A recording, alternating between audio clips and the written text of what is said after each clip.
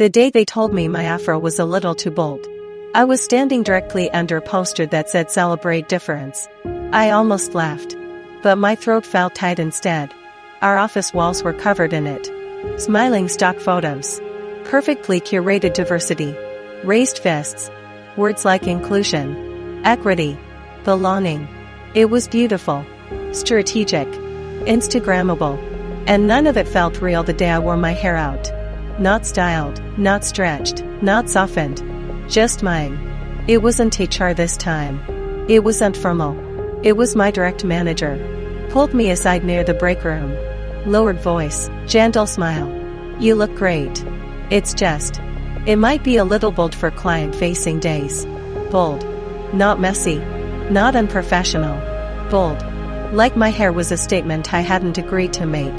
I nodded automatically. That's what survival teaches you. But inside, my brain was racing. We have rainbow flags in June. We have Black History Month slides. We have panels about authenticity. But my authenticity needed adjusting. I walked back to my desk feeling exposed. Like everyone was looking at me differently. Even if they weren't. And then I started noticing things. Glances that lingered. A joke about big hair energy. A colleague saying, "Wow, that's confident." Confident. Why does textured hair require courage? Why is it framed like bravery instead of normalcy?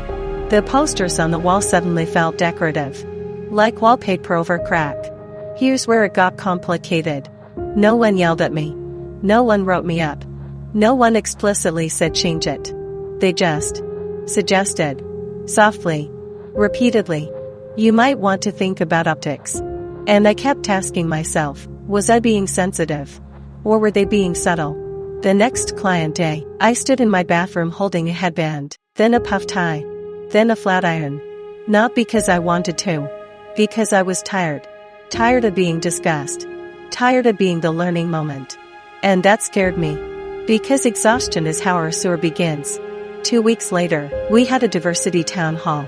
Big presentation. Big words. Slides about representation. Someone literally said, "We want people to bring their whole selves to work." I almost choked. Because earlier that morning, I had been asked if my hair could be a little more contained. Contained. Like it was a spell. During Kanda, my heart was pounding. I could feel it in my ears. I wasn't planning to speak. But something in me was tired of swallowing contradictions. So I stood up. And I asked, "What does whole selves mean here?"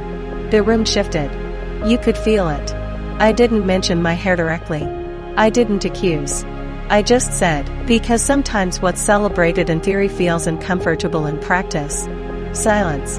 The kind that hunts. Someone nodded too quickly. Someone else avoided eye contact. Leadership gave a polished answer. Something about nuance. Context. Professional balance. None of it answered the question. After that meeting, I wasn't reprimanded, but something changed. Conversations got shorter. Invitations got selective. I wasn't excluded. But I wasn't as included either. It was subtle, but it was real. And I started wondering if I had overplayed my hand. That's the thing no one talks about. Standing up doesn't always bring applause. Sometimes it brings isolation. And I was afraid. Not of being fired. But of being labeled. Difficult, emotional, too much. The same way my hair was. I stood in front of my mirror again. Afro full. Untouched. And I asked myself, is this about hair? Or is this about visibility? Because every time I made myself smaller, the room got more comfortable. And I got quieter. So I made a decision. Not dramatic. Not loud. I stopped adjusting. No headbands. No pre-meeting containment. No apology baked into my presence.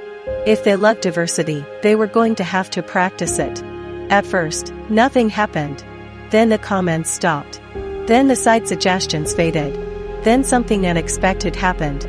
A newer employee approached me and whispered, "I'm glad you wear your hair like that." That hit harder than any poster ever could. That's when it clicked. The posters weren't for us.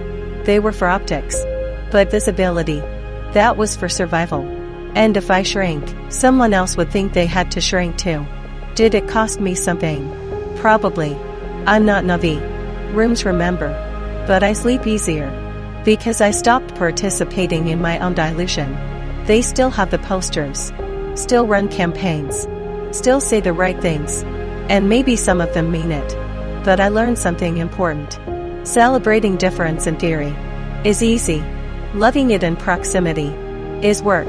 So no, I wasn't asking for too much. I was asking them to live up to what they framed on the wall. And if my afro felt too bold, maybe it wasn't my hair that was loud. Maybe it was their comfort that was fragile. Let me know what you think in the comments section below, and don't forget to like and subscribe.